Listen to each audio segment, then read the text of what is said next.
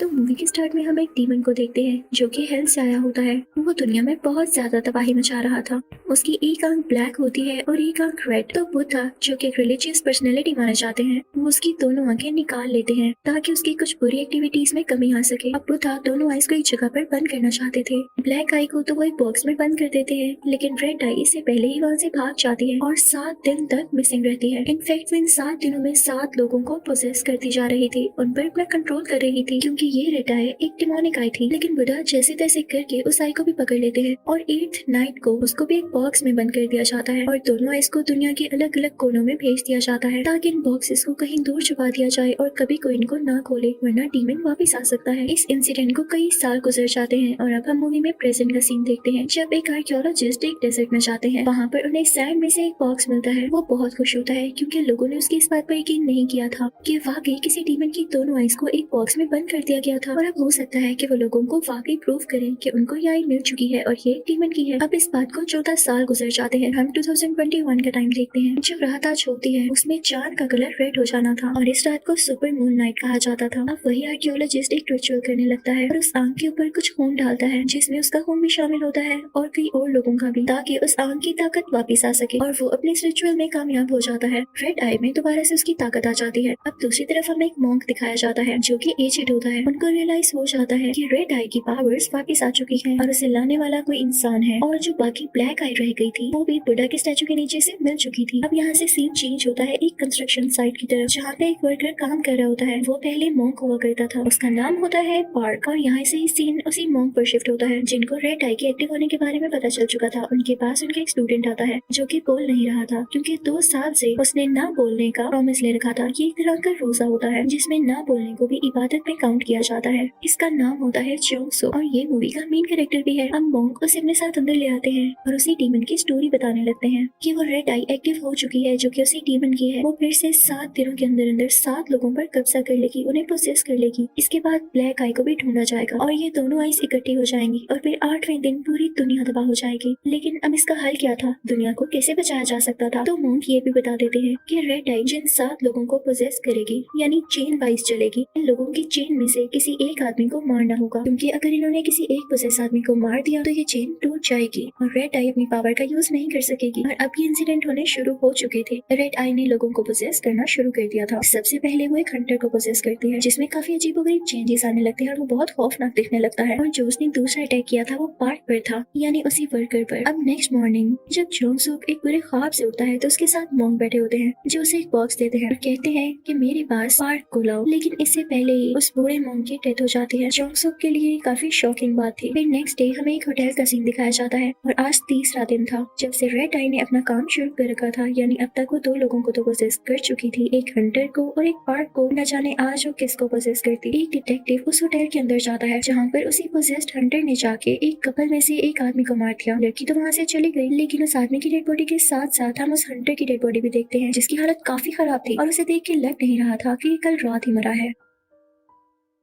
अब जोंगसुक के मॉन्क की तो डेथ हो चुकी थी, लेकिन उसके मॉन्क ने जो उसे कहा था उसको वो पूरा तो करना था। तो वो वही बॉक्स अपने बैग में रखकर पार्क को ढूंढने के लिए निकल जाता है, लेकिन रास्ते में उसका कोई बैग उठा लेता है। उसे एक लड़की पर डाउट होता है, लेकिन वो लड़की भी देखते ही देखते गायब हो जाती है। जोंगसुक उसके पीछे जाने लगता है, लेकिन इस दौरान उसे पार्क का घर भी मिल जाता है। वो वहीं पर बैठा रहता है और रात को पार्क वहाँ पर आ जाता है। वो पार्क को ये बताता है कि मेरे से वो बॉक्स गुम हो चुका है जो मेरे मॉन्क ने आपको देने के लिए भेजा था। तो अब पार्क खुद उस मॉन्क की सोल से बातें करने लगता है। ऐसा सिर्फ वही कर सकता था। वो मॉन्क से कहता है एक लड़की भी पोजेस्ड होगी और हमें उसी को रोकना होगा तो ये सब कुछ थम जाएगा। अब अगले रोज होते ही पार्क और जोंगसुक निकल पड़ते हैं। पार्क देखता है कि जोंगसुक के शूज काफी खराब हैं, तो वो उसे नए शूज लेकर देता है। तो सोक उसे थैंक यू कहता है। जो 2 साल से उसने ना बोलने का रोजा रखा हुआ था वो आज टूट जाता है। अब लोग निकल जाते हैं उसी 7वें पोजेस्ड पर्सन को ढूंढने के लिए, चाहे वो लड़की हो या लड़का, इन्हें उसको रोकना था। अब ये लोग उस 7वें पोजेस्ड औरत को ढूंढने लगते हैं क्योंकि इनको उसे रोकना था। अब रात हो जाती है। पार्क को अपने पास के कुछ विजन्स आने लगते हैं और यहाँ पर हमें ये पता चलता है कि पार्क ने अपनी फैमिली को एक एक्सीडेंट में खो दिया था और जिस लेडी ने उनको मारा था उसका एक छोटा सा बेटा था। पार्क ने उसका गलत होने की कोशिश की, लेकिन वो जानता था कि ये गलत है, तो उसने इस बच्चे को छोड़ दिया। अब इन लोगों को 7वां दिन होने से पहले पहले उस लड़की की लोकेशन का पता लगाना था क्योंकि 7वें दिन पोजेस होने वाली थी। आज था 6वां दिन। ये लोग उस लोकेशन पर पहुंच तो जाते हैं, लेकिन जोंगसुक को वहाँ पर एक बहुत ही प्यारी लड़की मिलती है और वो उसे उस लेडी के बारे में पूछता है। तो ये लड़की बताती है कि नहीं, वो यहाँ नहीं रहती और जोंगसुक यहाँ से निकलने लगता है। दूसरी तरफ हम पार्क को भी देखते हैं जो कि उसी लड़की को ढूंढ रहा होता है, लेकिन उसके पीछे एक डिटेक्टिव लग जाता है और उसे ये लगता है कि जितने भी मर्डर हो रहे हैं उसके पीछे कहीं ना कहीं पार्क का हाथ होगा। उसके पीछे जाने लगता है और जैसे ही पार्क भाग रहा होता है तो उसके हाथ से मैप वहीं पर गिर जाता है, जिसकी वजह से उसे उस लड़की की लोकेशन का पता चलना था। चोंग सुक जब वहाँ से निकल रहा होता है तो उसे एक पोसेस्ड लड़की दिखाई देती है और उसको भी रेड आई ने पोसेस कर रखा था। वो काफी ज्यादा खौफनाक लग रही होती है तो चोंग सुक फौरन से वहाँ से भाग जाता है और चोंग सुक पार्क को जाकर बताता है कि मुझे पता चल चुका है वो पोसेस्ड लड़की कौन है और हम मिलकर उस तक पहुंचेंगे। तो पार्क उसे कहता है जिस लड़की की तुम्हें लोकेशन का पता चला है मैं उसका मर्डर करने जा रहा हूँ। अब चोंग सुक भी उधर जाने लगता है ताकि उस लड़की को बचा सके। दूसरी तरफ डिटेक्टिव भी पार्क का पीछा कर रहा होता है। जब वो देखता है कि पार्क के हाथ में कुल्हाड़ी यानी एक्स है तो उसे पूरा डाउट हो जाता है कि ये उसी लड़की को मारने जा रहा है। लेकिन चोंग सुक टाइम पर पहुंच जाता है और उस लड़की को अपने साथ ले आता है। इसके बाद वहाँ पर पार्क भी आ जाता है। पार्क के पीछे पीछे वही डिटेक्टिव भी, और यहाँ पर उन दोनों में काफी लड़ाई होने लगती है। तभी वही लड़की अपेयर होती है जिसको रेड आई ने पोसेस कर रखा था।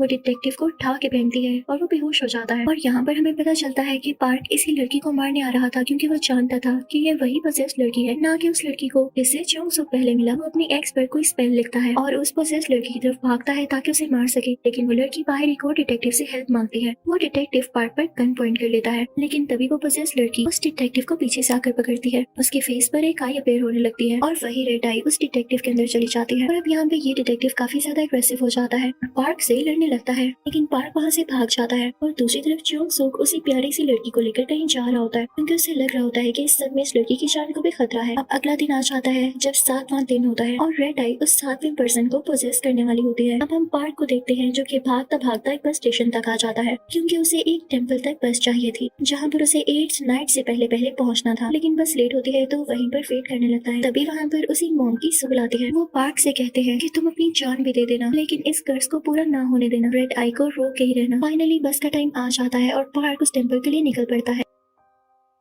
इसी के साथ साथ वही पोसेस डिटेक्टिव भी वहाँ पर पहुंच जाता है। अब हम देखते हैं चोंग सुक को जो कि उसी लड़की के साथ होता है। वो लोग एक जंगल में होते हैं और वहीं पर एक जगह पर रेस्ट करते हैं। हम उसी डिटेक्टिव को देखते हैं जिसको उस पोसेस लड़की ने बेहोश कर दिया था। वो उसी घर के अंदर जाता है जहाँ पर वो प्यारी लड़की रहती थी तो उसे एक बूढ़ी औरत मिलती है जो कि उसे सारी कहानी बताती है कि जिस आर्कियोलॉजिस्ट ने इस रेड आई को एक्टिवेट किया था उसको ये प्यारी लड़की पसंद किया करती थी और ये एक घोस्ट है, इसीलिए अब तक इसकी एज नहीं बढ़ी और इसने अपना खून भी दिया था ताकि उस रेड आई में पावर आ सके। और ये सब कुछ इसने सिर्फ उस आर्कियोलॉजिस्ट के लिए किया क्योंकि वो कुछ रिचुअल और एक्सपेरिमेंट्स जो कर रहा था। लेकिन ऐसा करना हुआ कि उस रेड आई ने उन सब लोगों को मारना शुरू कर दिया जिसका ब्लड उसके अंदर गया। अब दूसरी तरफ हम देखते हैं कि पार्क भी उसी जंगल में पहुंच जाता है जहाँ पर चोंग सुक और वो लड़की थे। और तभी वहाँ पर चोंग सुक नोटिस करता है कि उसका बैग पड़ा हुआ है जिसमें ब्लैक आई वाला बॉक्स है और ये इसी लड़की ने चुराया होता है क्योंकि ये दोनों आइस को एक साथ करना चाहती थी और अपनी जान बचाना चाहती थी। और इन लोगों को ये भी पता चल जाता है कि आखिरी पोसेस हुआ इंसान वही डिटेक्टिव है जिसके अंदर उस पोसेस लड़की की वजह से आ गई। तो यहाँ पर पार्क कोई रिचुअल स्टार्ट कर देता है क्योंकि पार्क जानता था कि वो डिटेक्टिव पीछा करते करते टेम्पल तक पहुंच गया तो यहाँ भी जरूर आएगा और जब वो यहाँ पर आएगा तो हम उसको खत्म कर देंगे। शुरू में हमें वो डिटेक्टिव मेन कैरेक्टर नहीं लगा लेकिन उसका कितना बड़ा रोल था इस मूवी में। फिर अब पार्क की बात होती है सच और वो पोसेस डिटेक्टिव यहाँ पे पहुंच जाता है। पार्क अपनी कुल्हाड़ी चोंग सुक को देते हैं और उससे कहते हैं कि ये डिटेक्टिव जैसे ही मेरे पास आएगा तो अपनी पावर्स मुझ में शिफ्ट करने की कोशिश करेगा, यानी रेड आई मेरे अंदर आ जाएगी और तुम फौरन से इस कुल्हाड़ी से मुझे मार डालना और ये किस्सा यहीं खत्म हो जाएगा। लेकिन जैसे ही वो पोसेस डिटेक्टिव पार्क के पास आता है तो उसके कान में विस्पर करता है कि मुझे तुम्हारी जरूरत नहीं है, मुझे कोई ऐसा चाहिए जो कि इन दोनों आइस का गार्डियन हो और इनकी प्रोटेक्शन करना जानता हो। पार्क हैरान हो जाता है, उसकी आंखें खुली की खुली रह जाती हैं क्योंकि यहाँ पर उसे रियलाइज होता है कि इन आइस का असली गार्डियन कोई और नहीं, वो खुद नहीं, कोई मॉन्क नहीं बल्कि था चोंग सुक। इसी के साथ वो पोसेस डिटेक्टिव पार्क को एक गन देता है कि खुद को शूट कर लो, मुझे तुम्हारी कोई जरूरत नहीं है। लेकिन पार्क वाइज होने की वजह से उसी पोसेस डिटेक्टिव को ही शूट कर देता है। लेकिन ये चीज उसे गुस्सा दिला देती है और वो पार्क पर हमला कर देता है। साथ ही पार्क चिल्लाने लगता है, चोंग सुक ये मैंने तुम्हें बचाने के लिए किया, तुम जितनी जल्दी हो सके यहाँ से भाग जाओ। लेकिन इससे पहले कि चोंग सुक वहाँ से भागता वो डिटेक्टिव उसके पीछे जाने लगता है और पार्क उसके पीछे। वो पोसेस डिटेक्टिव चोंग सुक को पकड़ लेता है लेकिन पार्क भी अपनी कुल्हाड़ी लेकर आ रहा होता है और वो उस पोसेस डिटेक्टिव पर अटैक कर देता है, उसे अपनी कुल्हाड़ी से मारता है। लेकिन इसी दौरान वो डिटेक्टिव पे आ जाता है जिसे पार्क पर डाउट था, ये लोगों को मारता है और उसे पिछली स्टोरी का नहीं पता था, तो आते साथ ही पार्क पर शूट कर देता है और साथ ही वो अपने दोस्त डिटेक्टिव के पास जाता है जो कि कुल्हाड़ी लगने की वजह से मर चुका होता है। उसकी बॉडी श्रिंक हो रही होती है बिल्कुल बाकी पोसेस लोगों की तरह, जो मरते ही उनकी बॉडी का बहुत बुरा हाल हो जाता है और लगता ही नहीं कि वो भी मरे हैं। लेकिन इससे पहले ही रेड आई अब चली गई थी चोंग सुक की बॉडी में। चोंग सुक उसे डिटेक्टिव के पीछे आता है और उसके फोरहेड पर वो आई नजर आ रही होती है। वो डिटेक्टिव को उठाता है और उसे जोर से दूर फेंकता है, एक दर्द की शाख उसकी बॉडी के आर पार हो जाती है और वो मर जाता है। अब चोंग सुक क्योंकि पोसेस्ड हुआ होता है तो वो ब्लैक आई वाला भी बॉक्स खोल देता है ताकि दोनों आईज इकट्ठी हो जाए और डीमन दोबारा से एक्टिवेट हो जाए।